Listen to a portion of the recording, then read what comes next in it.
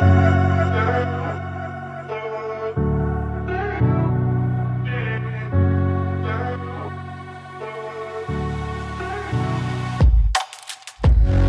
back to the Leo Kanan podcast. Tonight we have Amir, Yovan, Frank, and myself. And we wanted to talk about the controversial figure, Andrew Tate. In the last 24 hours, he's been rearrested for trafficking charges again. And I don't know, he's controversial, so. Uh-oh. Yeah, I don't know what to think, man, because I like Tate. You know, I do. I like Tate too. Yeah. I think he brings a lot more positivity than negativity.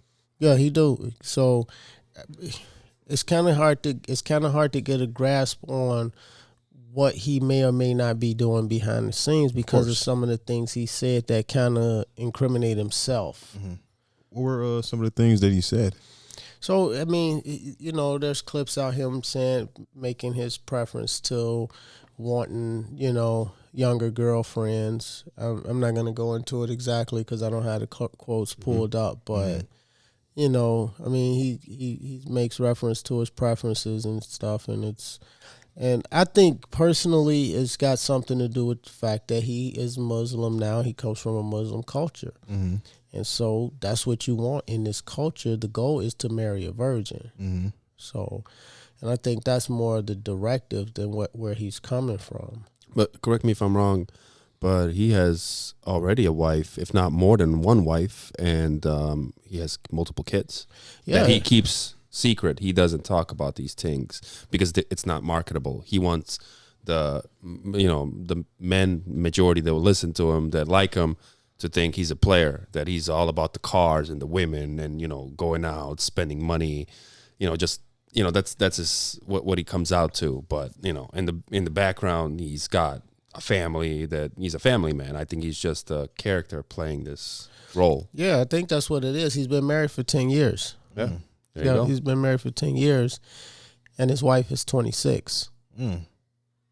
16 years old when you got married. Yeah. Yeah, but we're talking about a guy that is, it's got a citizenship of Great Britain and lives in Romania. You know what I mean? We're thinking of rules that apply from United States automatically. But we still have rules here in states where you can get married at 15. Okay. There are states here where there's, you know, child marriage is legal and in some states it gets real scary. Yeah. I think Utah. I think the legal marriage in some states in the U.S. is like 16, 17 in some states. With parent permission. Yeah, with parent permission. Mm-hmm. And so, I mean, this guy is he's a global, he travels the globe. So he could have gotten him a bride in Yemen. Right. You know, he could have got him a bride in Bahrain. Mm.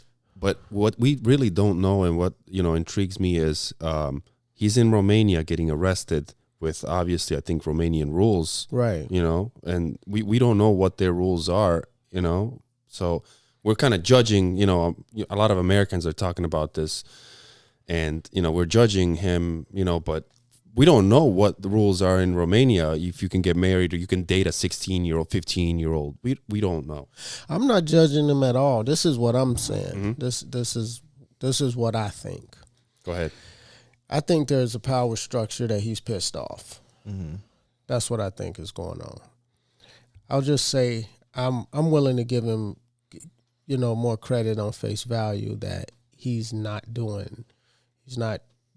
trafficking. He's not into trafficking, where you can say, you know, if you're partying in one country and you have access and you's like, you know what, we got a bunch of girls over here, wheels up at 11:30, we flying out of Miami and we're going to be in, you know, Romania first thing in the morning, wheels up here in Miami at 11:30.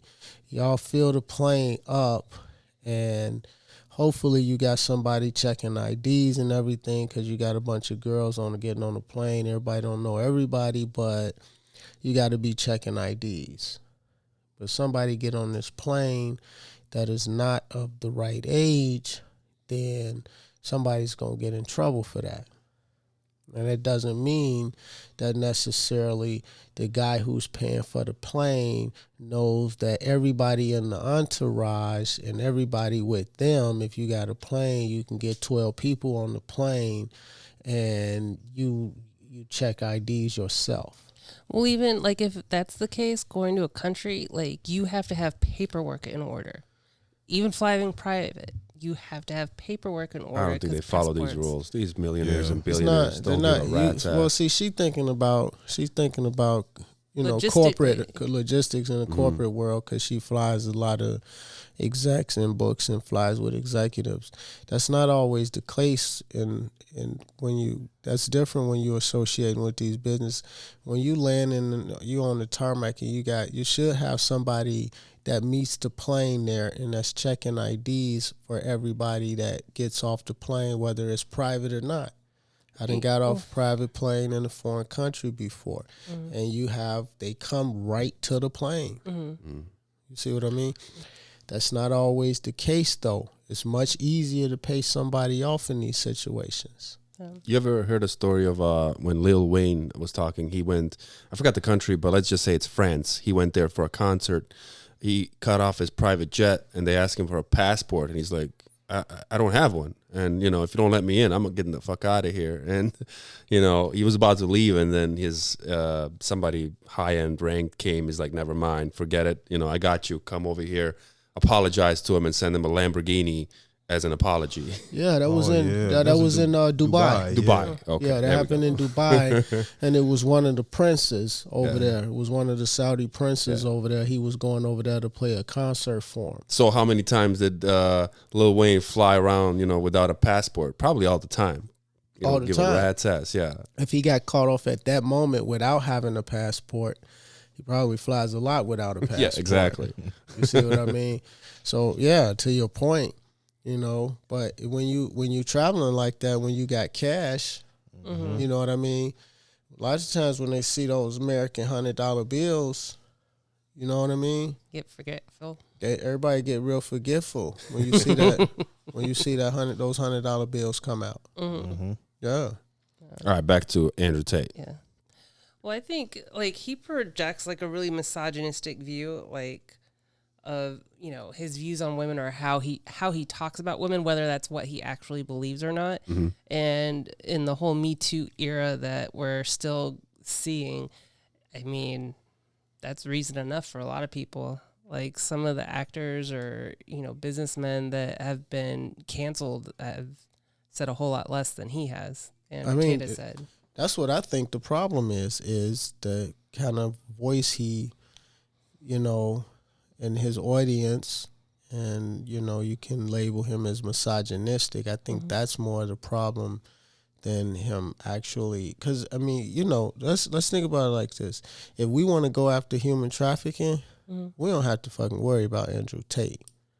There's some real human trafficking going on out here in the millions that need some attention on it. We spent $400 million. Federal government spent $400 million trying and convicting John Gotti. $400 million. And what was this, 1988, 1989? Something like how many people was being trafficked in and out of this country? At 1988, 1989, we spent $400 million almost on John Gotti. To catch one gangster. To catch one fucking gangster that was doing. Was he really causing problems on the street? Yeah, that's a whole conversation. Right. Yeah, let's stick to the topic. Well, let me jump in here and say that I think one of the top mistakes that Andrew Tate has made is staying in Romania. If he was in Abu Dhabi somewhere right now, he wouldn't have this problem. Abu Dhabi wouldn't go after him for these charges, in my opinion, because in Romania, that country right there is easily manipulated. You can pay off people for cheaper than anywhere, not anywhere else, but most other countries, right? And, the people that want him gone or cancel him, I think they just gave him a strike number 2. And strike number 3 will be much more harsh. Can he live as lavishly in Abu Dhabi as he does in Romania? I think so. Yeah, with his money he can. Yeah. I think he's past the $100 million mark. Yeah. Yeah, once you pass the $100 million mark, your money's making money. Mm-hmm. He never has to touch the principal. He can live anywhere in the world without touching any principal. So, I mean, Abu Dhabi is, he can stay in Abu Dhabi. He can stay in any one of those countries. He can stay in Dubai. I'm sure he likes Romania. He's been there before. I think he was born in Romania, right? So I get that. But, once you realize he knows people are after him, that the deep state wants him off air, prefer him not saying what he's saying. So I just think, he should have been gone from there because he's already been arrested once by this Romanian government. And you're going to continue staying there knowing that they're going to charge you again. I'm sure they are. And you're going to stay there, and you did, and then obviously it has happened again. And now, okay, second time, they let you go. What are you, I don't know if they took his passport or not, but if they didn't, I'd be gone. I just saw a headline that he's allowed, while he's waiting his first trial, that they're allowing him to travel. Okay. So I don't think they've taken his passport. I think it's a distraction. I think he was actually born in Chicago. It's possible. Yeah, I think he was born in Chicago, and or his dad was from Chicago or something, and he grew up in Britain, I want to say. I'm not sure. He was born in D.C. Washington, D.C.? Yeah. Ooh. Isn't there, I don't know if this is a rumor or a truth, that his dad was like a CIA agent? I heard about that. Yeah, something to that effect. His dad was a international chess master. Yeah, chess master. Chess master. Yeah. Oh, wow. But his dad also... He was raised in Chicago and Goshen, Indiana. Goshen? Yeah, and then after his parents' divorce, his mom took him to England. So he grew up in Chicago. Yeah. In Goshen, Indiana. Where's Goshen, Indiana? It's by South Bend, Bend, Indiana. Oh, okay. It's not far from Chicago at all. Yeah. Yeah, it's like right around the bend. Okay. Mm-hmm. But I don't know what to say about Tate. At this point, you would think he would shut the fuck up. I don't think he's too far off to shut the fuck up. He's getting even more attention now. Mm-hmm. He's gonna continue his podcasts. I don't mean in that sense shut the fuck up. I don't mean just completely drop his mic. That's not what I'm saying. But what I'm saying is, whatever he's doing, you got Andrew Tate, the man, the father, the husband. And then you have Andrew Tate, the brand. Mm-hmm. You know what I mean? Because you got all these boys out here that don't know how to be men. And so now we're living in the rise of this, whatever kind of alpha this is. I never heard of this type of thing. It's like a synthetic alpha. So, but there's a lot of money to be made in it. You see what I mean? Mm-hmm. Now that's his brand. That's got nothing to do with who he is as a human being, as a father, as a husband, and everything. So if your brand is threatening your ability to be a father, that's what I mean. It's time to shut the fuck up, because whoever is doing these arrests or trying to get him locked up, if he's not a part of it and he knows this is not a game, they're really trying to put him away. What's more important, that you keep mouthing off and pissing people off, or that you wake up every morning with your little babies? What's more important? I think he's got one way out of this, and that's it's a time ticking, because he should, in my opinion, the only way out is for him to come to Chicago ASAP and endorse the Democratic Party. You think that'll help him? No, I'm just joking. I think he'd rather have his finger chopped off. Do you think the whole Me Too, they have the movement, there's not a particular person, but they don't like Andrew Tate, but then I think the worst thing about Andrew Tate is not him, but then you have like Fresh and Fit and this Myron guy who are like Andrew Tate wannabes, but who are so much worse and creating just horrible content that guys are following and like wanting to or copy. Well, what's your question? Like, if they're going after Andrew Tate is like trying to cut off like the head of the snake, because from him you get all these, copycats and wannabes that are a bigger problem than Andrew Tate actually is. Well, every time, they're a hydra now. Mm-hmm. It's a hydra. So every time you cut off one head, two grows back. Yeah. So, you cut off Andrew Tate right now, somebody's going to come fill the void because he's going to leave a vacuum, because that's what happened as a result of this Me Too movement. Mm-hmm. The Me Too movement is what created this extremity that's called Fresh and Fit, and that's called Andrew Tate. That's what spawned it. If the Me Too movement, because you say the Me Too movement have a hard on for Andrew Tate. Remember, long before Andrew Tate was vocal, the Me Too movement had a hard on for Ben Affleck. Ben Affleck tried to speak up for him, and they came after him. Yeah, I would say they did go after him, but they didn't cancel him. Well, he didn't do enough to cancel him, but they tried. Yeah, they did. They were trying to cancel everybody. Yeah, I agree. I think they went way too hard canceling everyone. Exactly. So that's what spawned Andrew Tate. That's what spawned Fresh and Fit. You know what I mean? Because the Me Too thing got so extreme that the other side had to answer back, or else you just out here stripping men of masculinity. You got guys now are so afraid to be men, they don't even know what to do anymore. Yeah, I agree, and I don't think that's correct. As a woman, it's really hard for when it goes for so long, and you have like the Harvey Weinsteins getting away with things for so long, that when it's like the dam breaking, you know what I mean? And it, like, you just want to see justice done, and then it goes too far, like you said. Like, I think it went too far, but you don't want to see someone who's done things for so long, and maybe they're reformed now, but you just... Well, it's just not fair.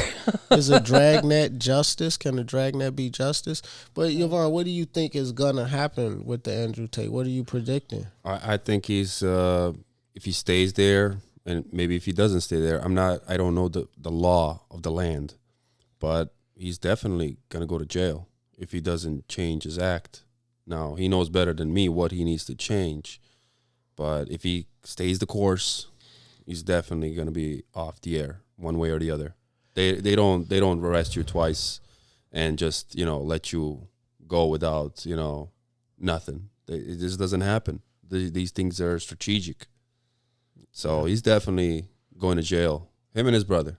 Yeah, a lot of money is going into this now at this point. Well, and this is just Romania. He's getting extradited to UK after this for the same charges. Yep. He's their citizen. So this is a lot. Well, stay UK tuned. is a they don't fuck different around. animal, man.